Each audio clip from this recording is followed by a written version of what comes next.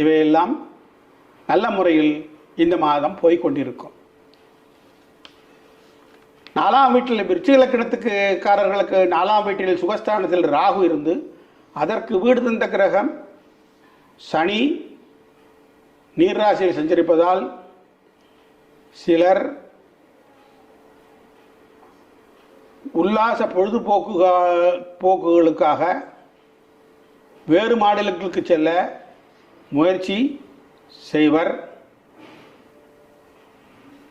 இன்னும் சிலர் மாத்ருஸ்தானத்தில் ராகு வீட்டிலிருந்து அதுக்கு வீடு தந்த கிரகம்